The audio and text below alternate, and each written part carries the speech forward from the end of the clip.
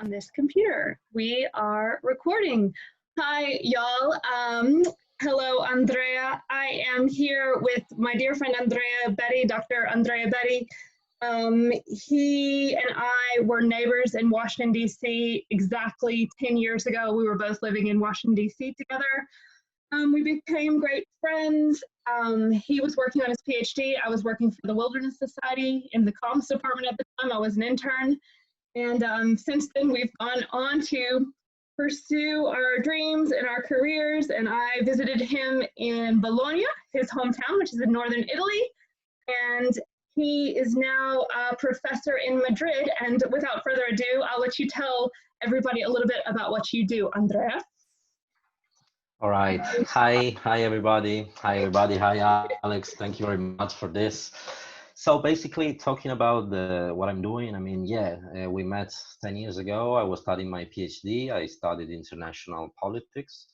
And then after my PhD, I started to travel, and I was teaching basically at university in several countries. I spent some time in London, in the US, in South America. And then 8 years ago, I came to Madrid, and now I'm still here because I think it's a very good city to live. I love it. And I'm still teaching international relations at university. Yes, even at this moment, you are teaching from home. So Yes. Right now, everything is closed here in Madrid, here in Spain, because of the coronavirus. And so we have to move to the web, and teach online, through applications like this, like Zoom or Microsoft Teams or Blackboard. And I think we're doing it pretty good because it's interesting. I mean, online teaching can be interesting. I'll jump back a little bit just to talk about the research that you've done and everything that you've studied. Before COVID-19, did you teach or discuss or research pandemics at all? Would you say that it's something that historians have had on their mind or have been discussing? This is a bit embarrassing probably, but no. I mean, I've never studied anything related to pandemics. And if you ask me if people in my field have done that recently, I would say that not so much. There are some historians who are experts of this, but they are mostly social historians, about society, because in my field, we are mostly political historians. And I have to admit, there's some critique that we need to make, that political historians have probably underestimated this problem, the social problems related to pandemics. We mostly study relations among states, among governments, among leaders. And so sometimes we underestimate these aspects. But there are some friends of mine who are social historians, and they know about pandemics. So we are having conversations. Well, I'm sure after this, your classes and your discussions might change quite a bit related to that. Absolutely. That's why we need to study pandemics of the past, because... That was my next question. So not even, for example, the Spanish flu or anything like that didn't come up very often, or? I mean, living in Spain and being from Italy, I mean, people usually talk about they talk about the Spanish flu because it was very big. It was exactly a century ago, exactly 100 years ago. And of course, I remember my grandmother, she was telling me many stories about that, things that her mother told her as well. That was big, that was big. I mean, but if I have to say are people expert about this? No. I mean, people, as I repeat myself, they underestimated this problem, People didn't seem to be very interested in pandemics. In my opinion, and most of the people when they were thinking about pandemics or flu pandemics or stuff like that, they were mostly thinking about some Netflix movies, or some dystopian movies. But they were not taking it seriously. I think that's a lot of people. So many of us in every field just didn't have pandemic on their plans or agenda or anything. No. No, No. I was wondering because I know you keep up with current events, um, and I actually messaged you about this a few months ago. But when I'm sure you saw what was happening in China. Everybody did. What were your thoughts? Did you think before it came to Europe, were you thinking that it might come, or did it cross your mind? Yeah, I mean, I think I thought it was possible, of course, because I know that we live in a very interconnected world. So there are many people that fly to China every day from Spain and from Italy and from Europe. And of course, there are also a lot of people from China that fly to Europe and to Yeah. the rest of the Western countries. So there is a lot of exchange, among people, among goods.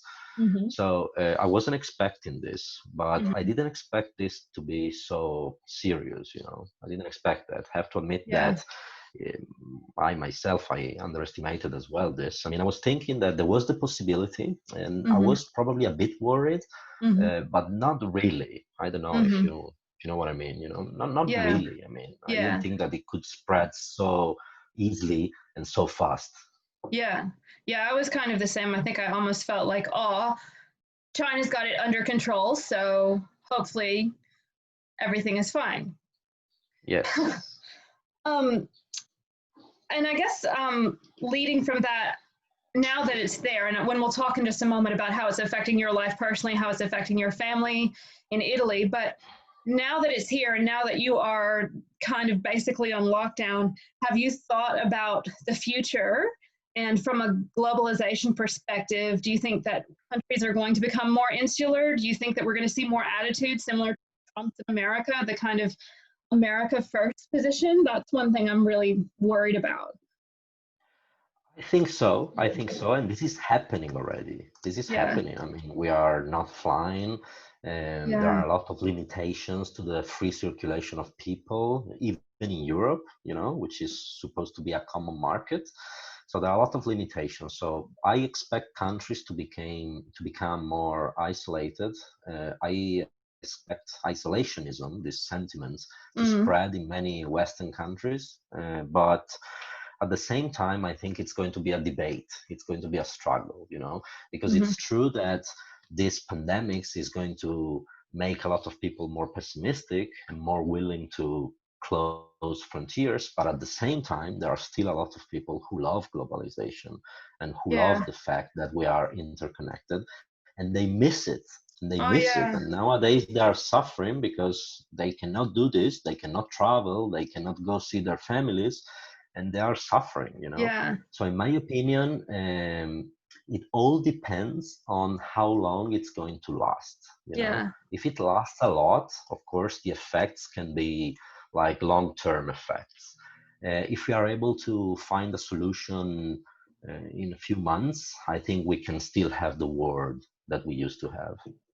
And I guess another thing, I just am even with supply chains and stuff like that. Like I didn't realize that so many things like I love the fact that we get things from different places that are like China makes a lot of things, and I know that they have a lot of issues with human rights, but I mean, that's another strange thing that I've never thought about before. Like, I wonder if globalization might continue, but we might put more of a priority on different countries being more kind of like, what if we could still, what I would like, that we could still have traveling and have life the way that it's always been, but maybe Australia and Italy and the US and every place does have more independence in terms of what they make, not, I guess, or stability in that way that they can make ventilators and they can I guess make toilet paper or Right. yeah, I don't know. I mean, yeah, I mean, I'm still optimistic, about the Yeah. capacity of countries to deal with this.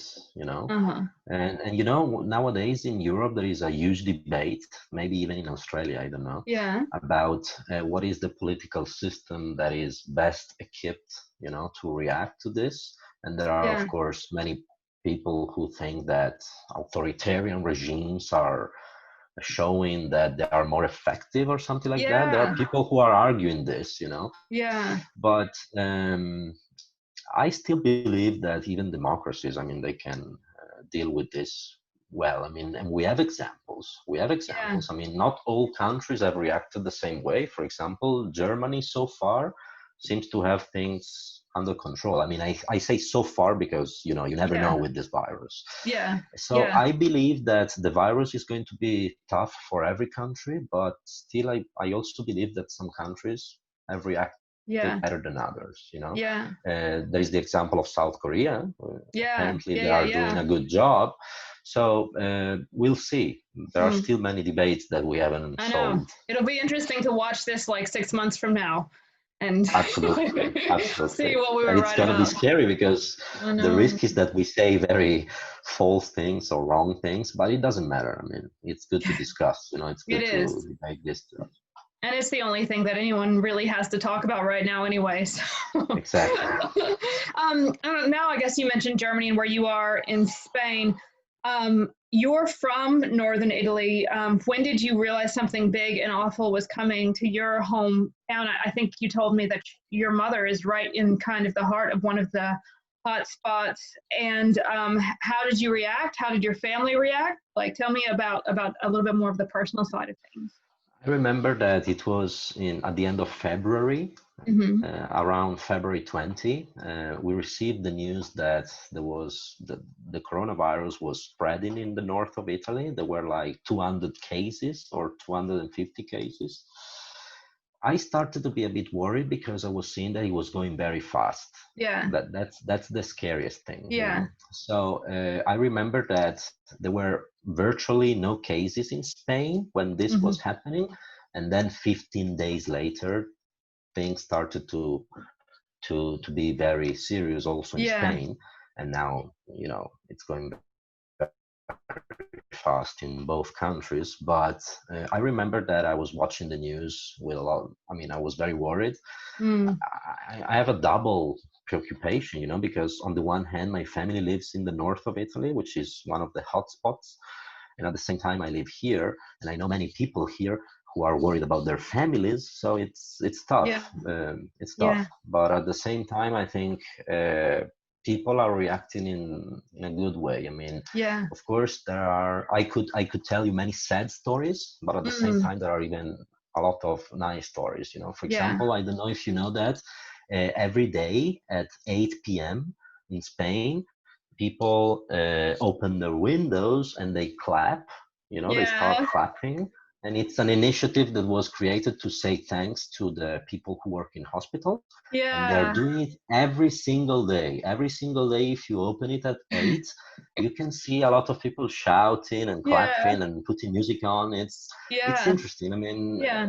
I know it's not something that it's not something nice, of course, what is Mm. happening, but Yeah. I think we can learn something. Yeah. That's what I think. Yeah. So how long and for your mother, for example, how long has she, I know she can't really leave besides for food or medicine. For how many days? Yeah, how long has she been in that situation? How long has, uh, 5 weeks. right, 5 weeks right, already. I right. mean, 5 weeks of complete shutdown, you know, lockdown. I mean, you can only go out to buy food, or if Uh-huh. you need to go to a hospital, or if you work in one of those Okay. sectors that are Right, still working, you know. right, Here in right. Spain, we are in the third week, Mm-hmm. but the government is saying that it's very likely that we are going to be in the same situation until the end of April. So Right, 4 more weeks or 3 more weeks, right, at right. least, you know. So And it's a lot. It's a do, lot of time, you know. do you think that Italy will be um, loosening things up before then? I mean, they started to take restrictive measures Mm-hmm. earlier in Mm-hmm. Spain because the crisis started Yeah. earlier. But so supposedly it should be like what you're saying, you know, Yeah. and Yeah. actually the curve Mm-hmm. apparently is starting to become a bit more flat. Right. But the problem is that nobody really knows how we are going to reopen. And Yeah. that's the biggest question so far. Yeah. There is a Yeah. lot of debate about what's the best strategy Right. because here I mean, in all the countries that are affected by the coronavirus, there is not only the health problem, there is also the economic problem. Yeah. Many people are losing their jobs Yeah. in the Yeah. US, in Spain, in Italy. The Yeah. state is intervening to pay them, but it cannot Yeah. do that forever, you know? So what is going to be Yeah. the best strategy to reopen is the Yeah. next big question. Yeah. And Italy has not reopened anything. Anything. No, no. It's, And so in everything is Australia, we closed. can currently go outside for exercise. That is the one All thing. right. So you can't do that even. No, in Italy you can if you go Uh-huh. alone. In Uh-huh. Spain you can't. All It's right. forbidden. That's why there are many YouTubers who are Uh-huh. becoming hugely popular. You know, those YouTubers who organize exercise or fitness Right. activities on the web. They're becoming Right. hugely popular because people do sport activities at home. Yeah. You Is know? that what you're doing? Yeah, Yeah. yeah, Okay. All yeah. right. Cool. So you can. That's interesting. So even though Italy's on complete lockdown, one person can leave Yes. still and exercise, but in Spain they And can't. you can take a walk. Another Mhm. thing that you can do in Italy, you can take a walk with your son or daughter in the Okay. street for like half an hour Right. or something like And that. And are they really, are the police like out everywhere? Like is it like in Spain or in Italy? Do you know? Like so far I haven't seen. I went for a walk today and I didn't see any like police out patrolling Well, in Spain, in anything. Italy, and in the most affected countries, it's really frequent to see police in the streets. I mean, I don't because I don't go out, but there are many stories in the newspapers, in the media about people who are being arrested because they violate the rules. They break the rules about isolation. Right.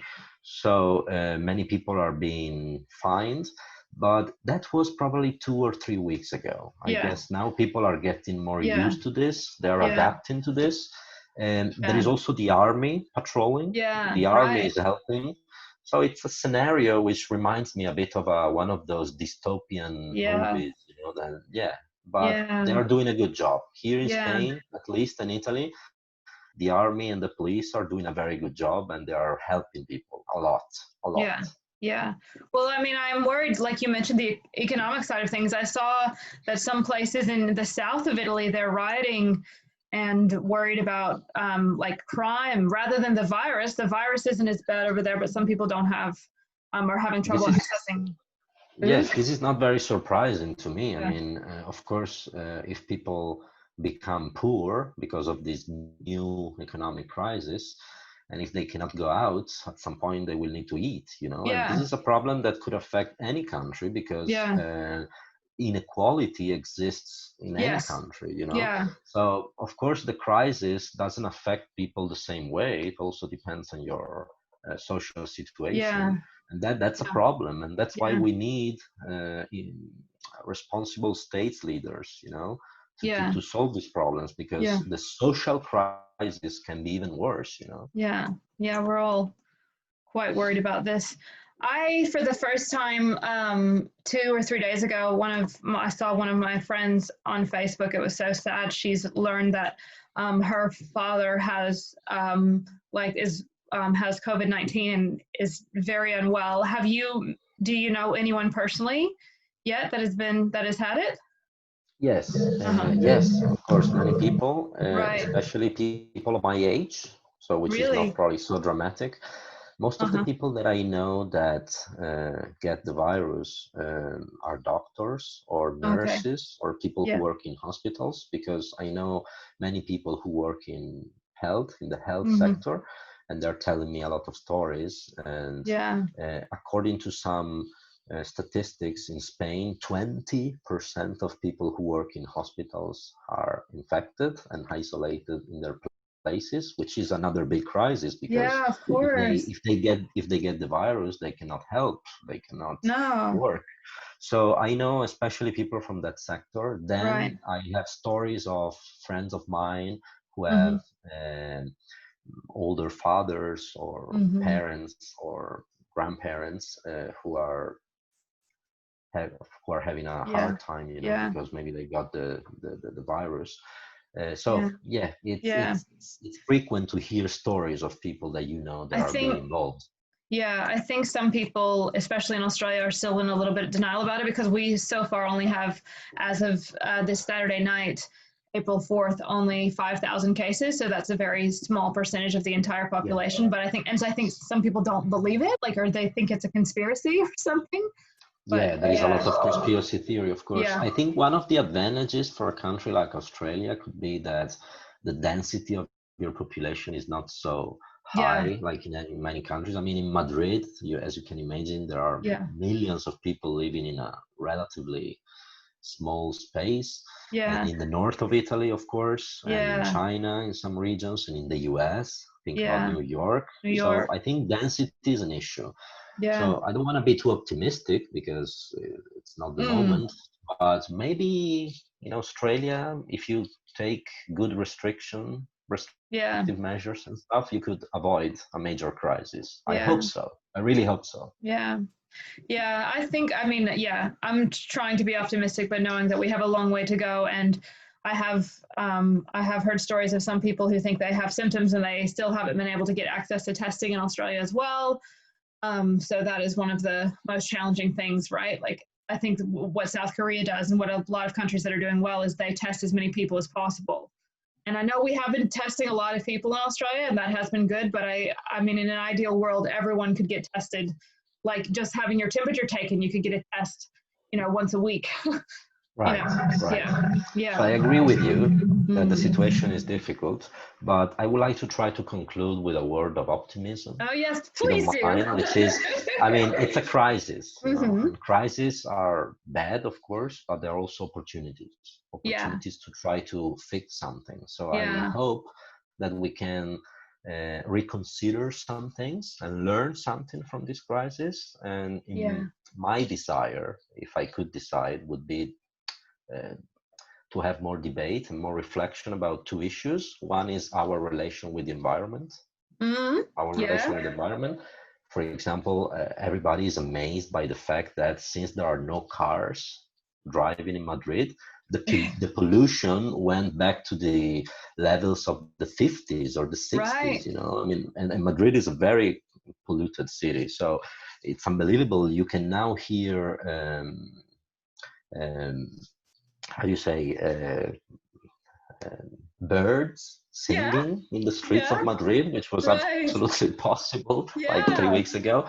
So our Right. relation with the environment is something that I would Okay. like people to Mm-hmm. reflect more. And then the second point would be our relation with time, Mm-hmm. with time, with the rapidity of life, with the Yeah. stressful habits that we have Yeah. sometimes. I hope if we can reconsider something in those two areas, I think it would be a Yeah. nice way to take advantage of this crisis. We certainly have a lot of time to reflect right now and think Absolutely. about those things. And also, I saw that it's a rumor, it's a hoax. There's not dolphins swimming in Venice canals. Yes, That's yes. that is No, not. Yeah, yeah, yeah. But no, I saw that no. the canals are beautiful, and the Yes, and I saw the LA skyline, some photos of the LA skyline. So that was unbelievable. I agree. That is a really fascinating point, and I'm sure that the longer this happens, the more observations that we're gonna take from this. So Absolutely. that is an excellent closing point, Andrea. So I am going to say thank you so much for your time, and I'll Thank you so be much. yeah, and I'll just hit